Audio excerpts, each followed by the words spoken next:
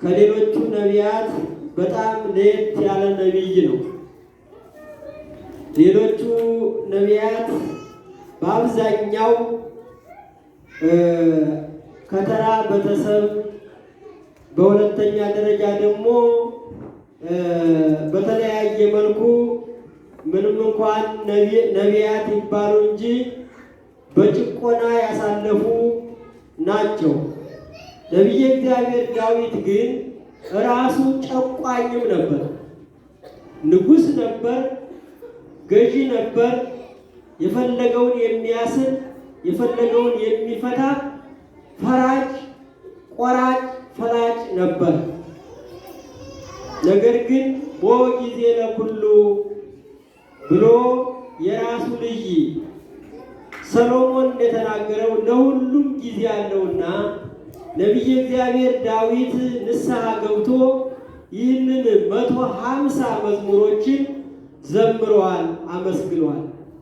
ይህንን መዝሙር ወደኛ ቋንቋ ሲተረጎም ቤቱን እየለቀቀ ስለመጣ ነው እንጂ በቤት መምቻ በግጥም መልኩ ነበረ የዘመረው። ለዚህ ነው መዝሙር የሚባለው በቤት መምቻ ነው። እና ይህንን 150 መዝሙር ዘመረ። ሲዘምር ደግሞ የሚገርመው ነገር አሁን የተፈጸመውን ነገር ወደፊት የሚፈጸመውን ነገር ልክ በዕለቱ እሱ ሲናገር እንደተፈጸመ አድርጎ ነው ሲናገር የነበረው። እንደተፈጸመ አድርጎ ክርስቶስ ወይወርድ ከመጠን ውስተ ጸምድ ወከመ ነጠብጣብ ዘያንጠበጥብ ዲበ ምድር፣ እግዚአብሔር ዝናብ ከሰማይ እንደሚወርድ ይወርዳል ብሎ ስለ ልደቱ ተናግሯል። ስለ ልደቱ፣ ስለ መወለዱ።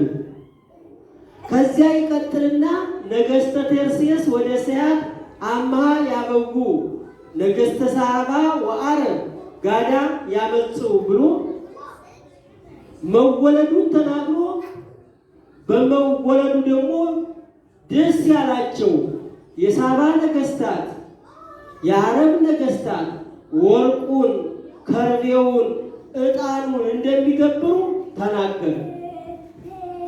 ያመጣሏል። መወለዱን ተናገረ። እንደገና የሚገበርለትን ነገር ተናገረ። ወደ ጥምቀቱ ስንመጣ ደግሞ ጥምቀቱን ጎላ ባለ መልኩ አንደኛው በፍርሃት አይደለም ሰዎች ሌሎች ፍጥረታት እንደሚፈሩ ሲናገር ምን ይላል?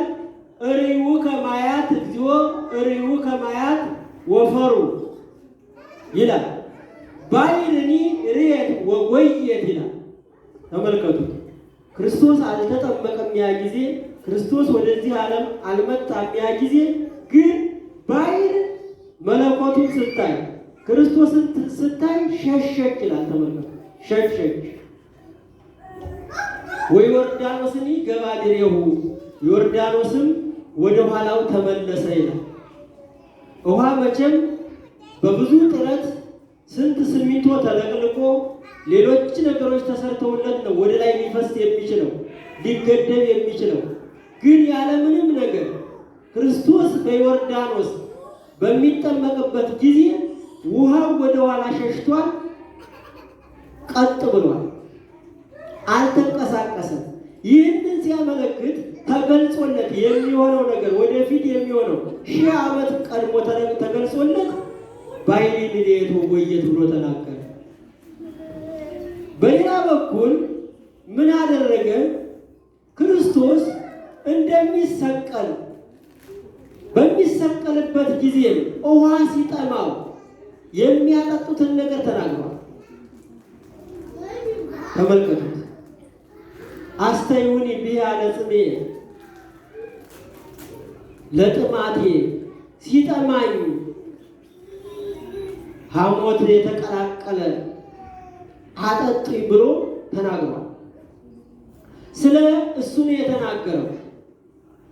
በሌላ በኩል በመዝሙር 77 ቁጥር 65 ላይ ስንመለከት ወተንሳ እግዚአብሔር ከመዘንቃ እምነዋም እግዚአብሔር ከእንቅልፉ እንደሚነቃ ሰው ተነሳ።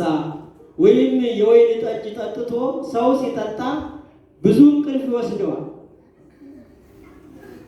ደግሞ እንቅልፍ እምቢ ያላችሁ ወደ መጠጥ ቤት እንዳትሄዱ። ሁሉም ምን አለ መሰላችሁ? አሁን ሁሉም በመጠን ሲሆን ጥሩ ነው። መጠኑን ካለፈ ነው ትልቁ ችግር እኛ የምንቆጣጠረው ሳይሆን እኛን የሚቆጣጠረን መሆን የለበትም። እኛ የምንቆጣጠረው መሆን አለበት። የምንበላውም ይሁን የምንጠጣውም ይሁን ከአቅማችን በላይ መሆን የለበትም። እንጀራ እኮ ያሰክራል። ጠላ ብቻ አይደለም የሚያሰክረው አይደለም። እንጀራ እኮ ያሰክራል፣ ነገርም ያሰክራል አይደለም። መጠጥ አይደለም እኮ ነገር። ግን አንዳንድ ሰው በጣም ክፉ ነገር ከተናገሩት ይሰክራል። የሚናገረውን የሚያደርገውን ነገር አያውቀውም። ስለዚህ ሁሉም ነገር በመጠን መሆን አለበት እና የወይን ጠጅ እንደጣለው ተኝቶ እንደሚነሳ ሰው እግዚአብሔር ተነሳ። ያ ጊዜ እኮ ነው ገና ክርስቶስ አልመጣም እኮ ተነሳ ብሎ ሰበከ። ይሄ ምን ይባላል? ደረቅ አዲስ ኪዳን ይባላል። ብሉይ ኪዳን ይባላል። ደረቅ አዲስ ኪዳን በብሉይ ኪዳን ተቀምጦ የሐዲስ ኪዳንን ስብከት የሰበከ ነቢየ እግዚአብሔር ዳዊት ነው። ከዚያ በኋላስ ክርስቶስ ከሙታን ተለይቶ ተነሳ ካለ በኋላ መነሳት ብቻ በቂ አይደለም። አርገ እግዚአብሔር በይባቤ እግዚአብሔር በእልልታ ድምፅ ባለው በበገና በተለያዩ ሽብሻቦች እግዚአብሔር ወደ ሰማይ አረገ። አምላካችን አመስግኑት፣ ፈጣሪያችን አመስግኑት፣ ንጉሳችን አመስግኑት፣ አረገ ወደ ላይ እያለ እርገቱን ሰበከ። ግን የለም እንደ ሐዋርያት አይደለም። በፊቱ ምንም ያየው ነገር የለም፣ የተማረውም ነገር የለም። ነገር ግን ቀድሞ ተገልጾለት እግዚአብሔር በእልልታ አረገ ብሎ ተናገረ። ይሄ ታላቅ ምስጢር ነው። ነገር ግን የሚገርመው ነገር ቅድም በወንጌሉ ወይም በቅዳሴው እንደሰማችሁ ጌታችን መድኃኒታችን ኢየሱስ ክርስቶስ ለንጹሐን ሐዋርያቶቹ እንዲህ አላቸው። በዚህ በአማርኛ ተተርጉሞ ታዩታላችሁ። እንዲህ አላቸው እናንተ ዛሬ የምታዩትን ነገር ብዙ ነቢያት፣ ጻድቃን ሊያዩ ወደዱ፣ አላዩም። እናንተ ዛሬ የምትሰሙትን ወንጌል፣ የምትሰሙትን መልእክታት፣ የምትሰሙትን ቅዳሴ ስጋውን ደሙን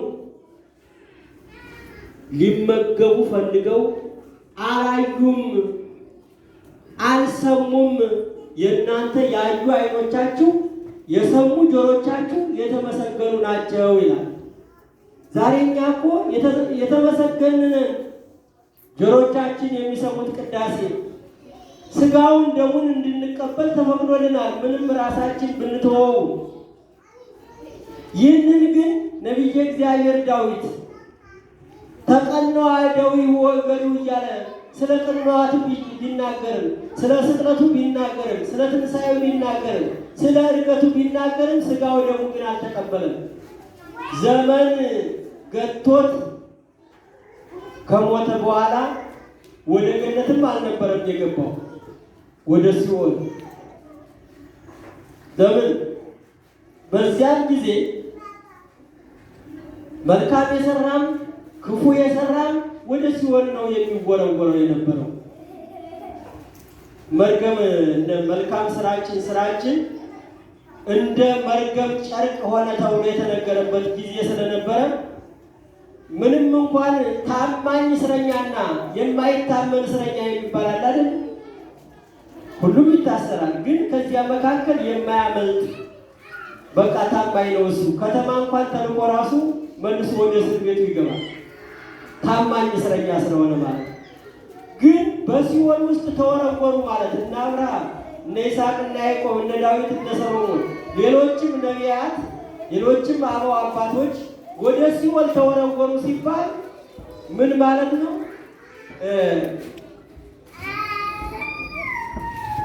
ምን ማለት ነው? ወደ ሲኦል ተወረወሩ ሲባል ለምን ቀዳሽ ሊሆን ይችላል አይታወቅም። እና ምንድነው እንደ እግዚአብሔር ፈቃድ እነዚህ በምን ውስጥ ነው ያሉት ማለት ነው? በሲኦል ውስጥ ቢሆኑ ለምሳሌ አናንያ፣ አዛርያ፣ ሚሳኤል ወደ ምኑ ተወርውረዋል? ወደ እሳቱ ተወርውረዋል አይደለም? ግን እሳቱ አልበላቸውም። ዳንኤል በአናብስት ጉድጓድ ተጥሏል። ነገር ግን አናብስቱ አልበሉትም። ልክ እንደዚያው ሲኦል ጻድቃንን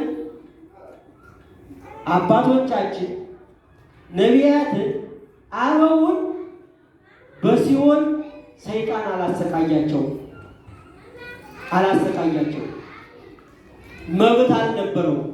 ገጸ ምሕረቱ የእግዚአብሔር ቸርነት ስለጠበቃቸው እንደ ሌሎቹ ኃጥአን አይደሉም የነበሩ፣ ታማኝ እስረኞች ነበሩ። ስለዚህ ጌታችን መድኃኒታችን ኢየሱስ ክርስቶስ አረገ አለ ነቢየ እግዚአብሔር ዳዊት። ቅድም በጥንተ ስቅለቱ ግንቦት 8 ነው። ጥንተ ስቅለቱ ግንቦት 8 ነው እና ግንቦት 8 ላይ የሚያዘው ወንጌል በማቴዎስ የዮሐንስ ወንጌል በምዕራፍ 20 ቁጥር 1 ጀምሮ ስንመለከት የምናገኘው። በሌላ በኩል ደግሞ መዝሙሩ በነገው መዝሙር ደግሞ በሉቃስ ወንጌል በምዕራፍ 24 ቁጥር 1 ጀምሮ ስታነቡ ታገኙታላችሁ። ይሄ የመዝሙሩ ነው፣ የነገው መዝሙር ነው። ምን ይላል መሰላችሁ? ጌታችን መድኃኒታችን ኢየሱስ ክርስቶስ እንዲህ አላቸው ለሐዋርያት፣ እንዲህ አላቸው፣ እናንተ በኢየሩሳሌም ከተማ ጸንታችሁ ቆዩ። አንትሙ ውስተ ንበሩ ሀገረ ኢየሩሳሌም እስከ ትለብሱ ኃይለ እምአርያም፣ ከላይ ከአርያ ኃይለ መንፈስ ቅዱስን እስክልክላችሁ ድረስ ከኢየሩሳሌም ከተማ እንዳትናወጡ ቆዩ፣ ጽኑ አላቸው። ጽኑ ተስፋው ለአብ። ከዚያ እንዲህ ይላል፣ አውጽኦሙ አፋ እስከ ቢታንያ፣ ወደ ቢታንያ አወጣቸው፣ ወደ ውጭ አወጣቸው። አንሳ እዴሁ ወባረኮሙ፣ እጁንም አንስቶ ባረካቸው። ወይቤሎሙ አንትሙ ሰማዕቴ፣ እናንተ ደቀ መዛሙርቴ ምስክሮቼ ናችኋል። ትሙ ሰማዕቴ አነ እፌኑ ተስፋሁ ለአቡየ ላዕሌክሙ፣ እኔ የመንፈስ ቅዱስን ጸጋ እልክላችኋለሁ። እናንተ ግን በምን ተቀመጡ አለ? በምን ተቀመጡ አለ? በኢየሩሳሌም ከተማ ተቀመጡ አላቸው። በኢየሩሳሌም ከተማ ተቀመጡ። መጽሐፈ ነገሥት ካልዕ ምዕራፍ 2 ቁጥር 1 ጀምሮ ስንመለከት በመጽሐፈ ነገሥት ካልዕ ምዕራፍ 2 ቁጥር 1 ጀምሮ ስንመለከት ኤልሳዕና ኤልያስ እንመለከታለን። ኤልሳዕና ኤልያስ ደቀ መዝሙርና መምህር ናቸው። ኤልያስ መምህር ነው። ኤልሳዕ ደግሞ ደቀ መዝሙር ነው፣ ተማሪ ነው። ደቀ መዝሙርና ተማሪ ደግሞ እናትና ልጅ ማለት ነው። እናትና ልጅ ከእናትና ልጅ በላይ ነው። አንዳንድ ጊዜ ወንድም እህት ሊኖር ይችላል። ኤልሳዕ ግን ወንድም እህት አልነበረውም ከኤልያስ በስተቀር እና እግዚአብሔር ወደ ብሔረ ሕያዋን ሲጠራው ኤልያስን ምን አደረገ? ኤልሳዕ ናተሯልና አንድ ነገር ነገረው።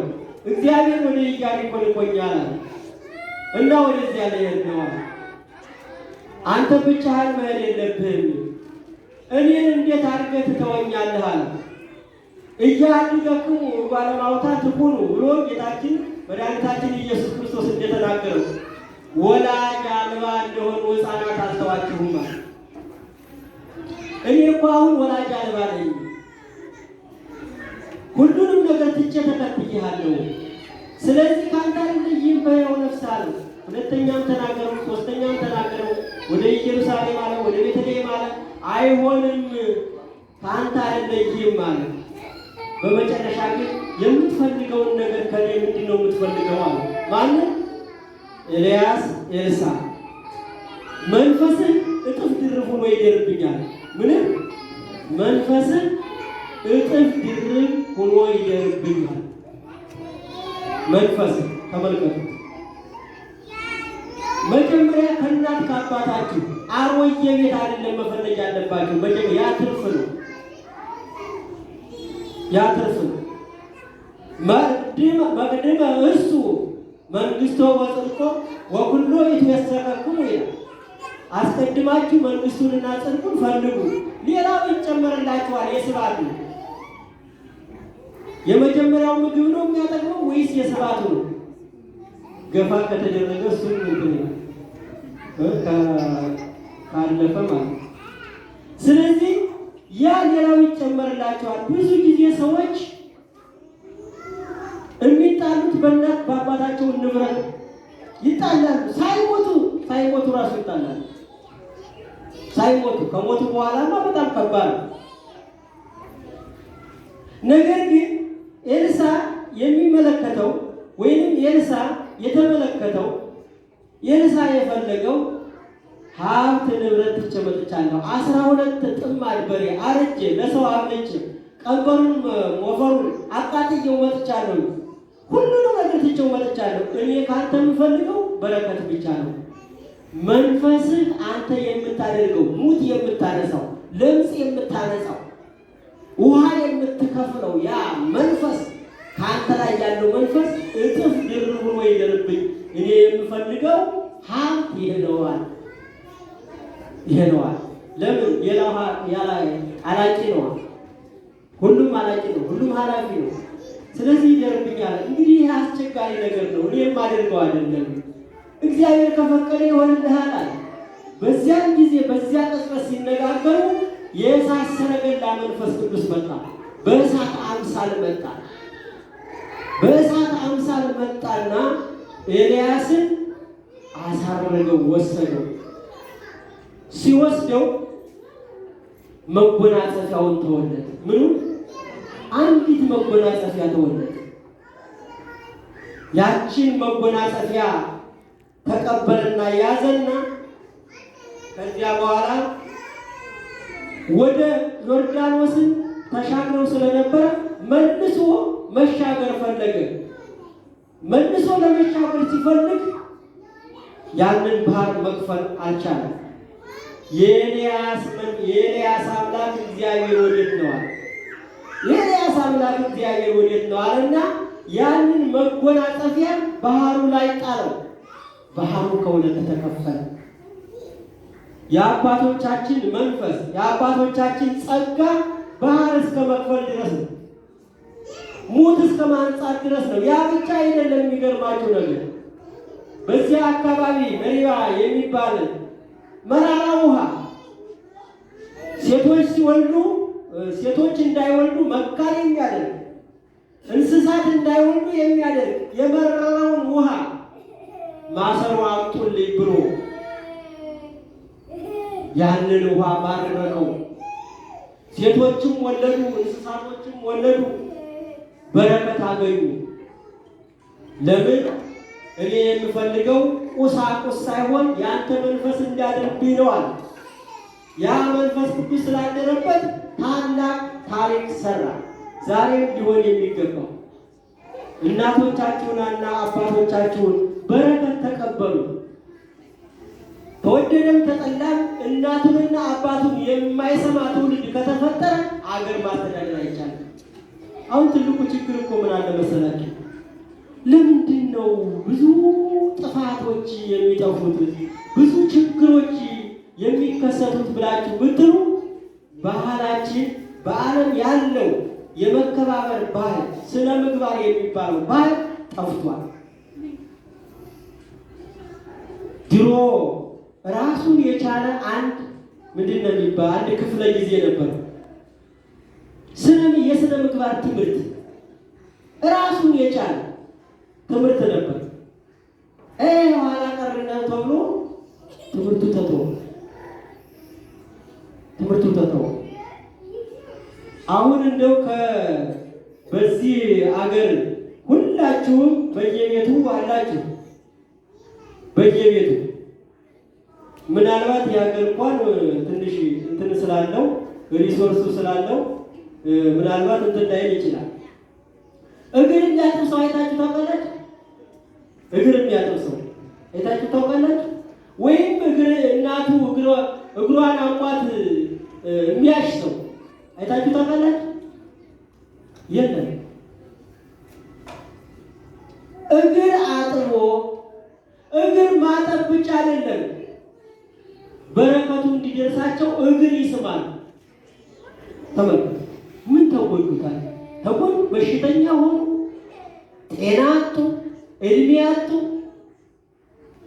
ሁሉ ነገር የተትረፈረፈ እኮ ነው። አንድ ጎጆ ቤት የሳር ቤት 9 ልጅ ወልደው ወይም 10 ልጅ ወልደው እዚያም በላይ ወልደው ደስተኛ ናቸው። ዛሬ 2 ልጅ ወልዶ ሰው ፊቱ ይጠባበሳል። እውነቴን እኮ ነው። በሀሳብ የመሸከ ትውልድ እኮ ነው። በሀሳብ የመሸከ ትውልድ 15 ልጅ ወልደው ፊታቸው ያበራል። አያቶቻችን እኮ ናቸው። አያቶቻችን የኛ አያቶች ፊታቸውን ስትመለከቱ ከእናንተ የበለጠ ነው።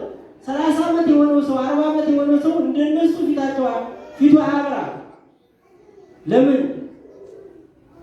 የዕለት እንጀራችንን ስጠን ዛሬ የሚለው እዚያ ቦታ ላይ ነው ያለው። ዘር ሲዘሩ ከወፍ አእላፋት ላይ ጌታዬ ብለው ዘር ይዘራሉ። መሬቱ ላይ ሲዘሩ ማለት ለምን? ዘር ሲዘራ መጀመሪያ ዘሩን የሚቆረጥማል። ሲበቅል አይጥ ትበላለች። ከበቀለ በኋላ ካደገ በኋላ ደግሞ እንደገና ደግሞ ምናልባት በረዶም ሊመታው ይችላል።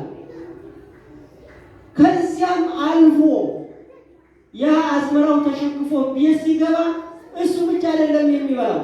አሁንም እዚያ ቅጠሉን ስትበላ የነበረች አይጥ መጣ ደግሞ ፍሬውን ማብራት ትበላለች። ሰው ቤት ሲሰራ እኮ እሱ ብቻ አይደለም የሚኖረው፣ እባብም አብሮ ሊኖር ይችላል። በዚህ በኩል አንዱ እባብ ሊኖር ይችላል፣ በዚህ በኩል አይጥ ሊኖር ይችላል፣ በዚህ ደግሞ እንሽላሊት ይኖራል። ለምን ትኖራላችሁ አይልም ማለት ነው። ኪራይ አይከፍሉም አይደል? ሰው እንደዚያ ነው። ስለዚህ አባቶቻችንና እናቶቻችን ዛሬ 10 ዓመት እንደሚሰራው ቤት በጭንቀት አይሞቱም። የወይራ ጨፈቃ ጨፍቀው ግድግዳ አድርገው አንዳንድ ጊዜ እንደውም የሚገርማችሁ ነገር ሲዳሩ ጫጉላ ይባላል። ታውቃላችሁ? የጫጉላ ቤቷ እሷው ተመርጋ በዚያው ነው የሚወልዱት፣ በዚያው ነው የሚኖሩት። አንዲት ላም ባርከህ ስጠኝ አባቴ ይላል። ወንድ ሴትም እንደዚያው ትላለች። 2 ላሞች ይሰጣቸዋል። እነሱ ይበረክቱላቸዋል። አባትና እናትን ማገልገል እንደው የሚገርማችሁ ነገር አሁን የዛሬ ልጅ ምንድን ያደርጋል መስላችሁ? እንድትማሩበት ነው የማስተምራችሁ። ወንጌል 2 ነገር ነው የሚያስተምረው፣ ስጋንም ነፍስንም የሚጠግን። የሚገርማችሁ የዛሬ ልጅ እጮኛ ከያዘ በኋላ ከቤት ይወጣል አይደል? ከቤት ይወጣል እኮ ገና እጮኛ እኮ ነው። ተመልከቱት፣ ገና እጮኛ ነው፣ ትዳር አልተያዘም። ነገር ግን የድሮ ድሮ እንዳልነው ቅርብ ጊዜ ነው። ነገር ግን የአባቶቻችን ባህል ልጅየው ካገባ በኋላ አባቱን 3 ዓመት ያገለግላል። ምራትም እንደዚሁ አማቷን ታገለግላለች። ወጥ ማታውቅ ከሆነ ወጥ ትማራለች። እንጀራ ማታውቅ ከሆነ እንጀራ ትማራለች። ጠላ ማታውቅ ከሆነ ጠላ ትማራለች። የአማቷን ሙያ በደንብ አድርጋ ቴክኒክና ሙያ ይባላል አይደል? ከዚህ በደንብ አድርጋ አውቃ ነው የምትወጣው። ከተበላሸች ያቺ አማቷ ናት ያበላሸች። አሁን ጎጆ ሲወጡ እነሱ ጎጆ ከወጡ በኋላ ልጅ ሲወልዱ ክርስትና ብትጠራ ያቺ ሴት ያቺ ልጅ ጠላውን ራሷ ነው የምትጠምቀው፣ ወጡን ራሷ ነው የምትጋግረው፣ እንጀራውን ራሷ ነው የምትጋግረው። ለምን? ቴክኒክና ሙያውን ከማን ተምራለች? ከአማቷ። አንዲቱ እኮ ናት እንደዚህ ዝም ብላ በጣም አንዳንድ መቼስ በገጠርም እኮ አንዳንድ ቀለጤ አይጠፋም። ቀለጤ ታውቃላችሁ? ምንድን ነው በከተማ ስሙ? ቀባጭ። ያው ነው ከቃ አልወጣም። ቀባጭ ወይም ዘናጭ ይባላል። ችግር የለውም። እና በጣም እንጣጥ ትላለች። ታይ ልጅ ታይ ምራት ከቆየሽ ከጸናሽ ትሆኛለሽ አማት አለቻት። እግር ታጥብ ከሆነ የአማቷን እግር ታጥብ ከሆነ ነገ የራሷ እግር በልጇ ሚስት ይታጠባል። ግን ምን መሆን አለባት? መጽናት አለባት። መጽናት አለባት። እንደዚህ ያለው መንፈስ መኖር አለበት። አደራችሁ የምላችሁ ሁልጊዜ የምናገረው ነው። ልጆቻችሁን መሰረታዊ የሆኑ ነገሮችን እንደምትፈልጉላቸው ሁሉ ትሕትና አስተምሯቸው። ትሕትና አስተምሯቸው። አሁን አንዳንድ ልጆች አሜን አሜን ይላሉ። እንደዚህ ልጅ እኮ እንዳስተማሩት እኮ ነው። እንደዚህ አድርገው እጃቸውን አያውቁም እኮ አሜን ይባል ምን ይባል አያውቁም። ግን እጃቸውን እንዲህ ስታዩ እንዲህ ያደርጋሉ። ከመጀመሪያ ጀምሮ የተማረ ልጅ እናትን አባቱን ይጠቅማል። ያንተና እኮ ነው ሩጥልኝ አለ እንትና ማን ነበር? አንድ ቀልደኛ እና ለምንድን ነው የምሮጠው ሲለው እኛን ታስጠራለህ አለ፣ ጎረቤቱን ታስጠራለህ፣ አገርን ታስጠራለህ አለ። ተመልከቱ። አንድ ሰው እኮ መልካም ሲሆን ለቤተሰቡ ይጠቅማል፣ ለጎረቤት ይጠቅማል፣ ለሀገር ይጠቅማል። የሚገርማችሁ ከታች እየተማረ የመጣ ትሕትና እያለው የመጣ ትውልድ ጠቃሚ። ስለዚህ ኤልሳ አገለገለው። መንፈስ ቅዱስ አረፈበት፣ በረከት አረፈበት። ለራሱ ብቻ ሳይሆን ለሰዎች ተረፈ። የጎመዘዘውን የሚያጣፍጥ የመረረውን የሚያጣፍጥ ሙት አነሳ። ይገርማቸዋል። ሙት አነሳ። ሙት ያ መጎናጸፊያ ሙት ያነሳል። የዛሬ መጎናጸፊያ የኛ መጎናጸፊያ ሙት ያነሳል ወይስ ይገላል? ወይስ ይገላል? አንድ ካህን ወይም አንድ መነኩሴ ወይም አንድ የቤተ ክርስቲያን ሰው እኮ ዘረኝነት ከሰበከ መጎናጸፊያው ሰው ገድሏል ማለት። ዘረኝነት ሰው እንደ ሰውነቱ የማይመለከት ከሆነ ስለ ዘሩ ብቻ የሚጨነቅ ከሆነ ያ መጎናጸፊያው እንደነ ኤልሳ ያለ መጎናጸፊያ ሳይሆን ጥላ ወጊ ነው የሚባለው። ከዚህ መውጣት ያስፈልጋል። ስለዚህ እናንተ በኢየሩሳሌም ከተማ ቆዩ ከአርያም ኃይልን እስክትለብሱ ድረስ አላቸው። እነሱም ከኢየሩሳሌም ከተማ ወይ ፍንክች አልተንቀሳቀሱም። ቤታቸውን ዘግተው ይጸልዩ ነበር። ዛሬ ሁሉ ነፃነት የተገኘው ዛሬ ሁሉ ቤተክርስቲያን የተሰራው እኮ ሐዋርያት በከፈሉት ዋጋ እኮ። እንደዚህ በነፃነት ቤተክርስቲያን ተሰርቶማ ማገልገል አልነበረም። ያ ጊዜ እየተሹለኮለኩ ነበር የሚያገለግሉት፣ እየተሸሸጉ ነበር የሚያገለግሉት። ማን ፈቅዶላቸው? ክርስትናው ከፈተና ወደ ፈተና ነው እየተሸጋገረ፣ ነገር ግን ፈተናውን እያሸነፈ የመጣ ነው።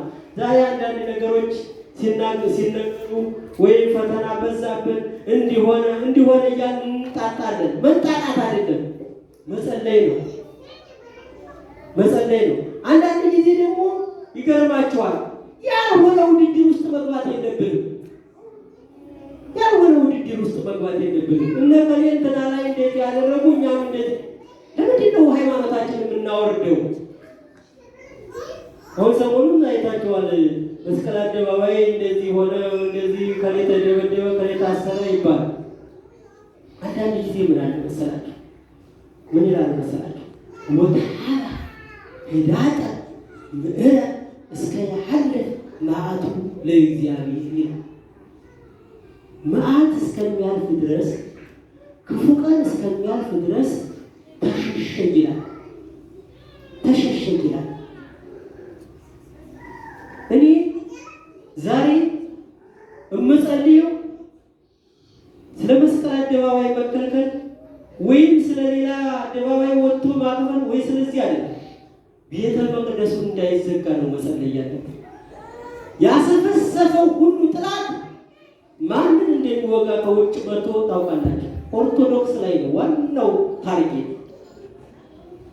በማንም ይውጣ በማንም ታሪካችንም የሚያመለክተው ይሄ ስለሆነ እስበሳችን እየተፋጀን ባለንበት ሰው ጊዜ ዛሬ ሌላ አጀንዳ ይዘን የምንዋጋበት ጊዜ አይደለም።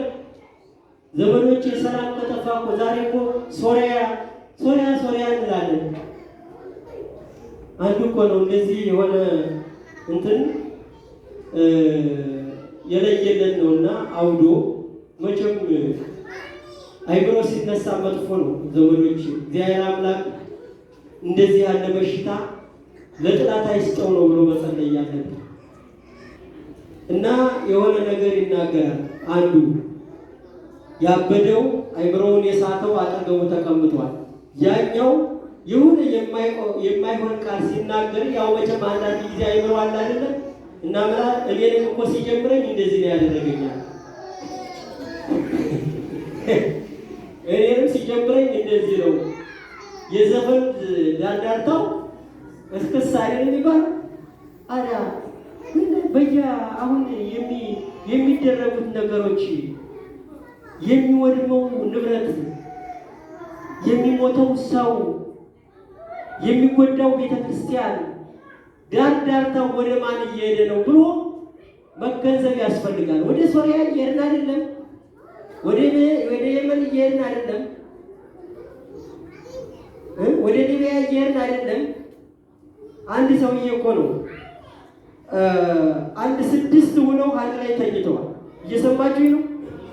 6 ሆነው አንድ ላይ ተኝተው ጅብ መጣና ያንዱን እግር ቆርጣም አደረገው። ከዚያ ዝም አለ። ያኛው ሰውዬ ተነሳና ሊጮህ ፈለገ። ተው የኔ እግር ነው አለ። ተው የኔ እግር ነው። ዝም በል አለ። አያችሁ? ተመልከቱት። ያ አንድ እግር ከተበላ የእሱም እግር እንደማይተርፍ ያውቃልና መከላከል አለበት። ስለዚህ አንድ አካባቢ ሲቃጠል፣ አንድ አካባቢ ሲጎዳ ሌላው ደስተኛ ሊሆን አይችልም። ተመልከቱ።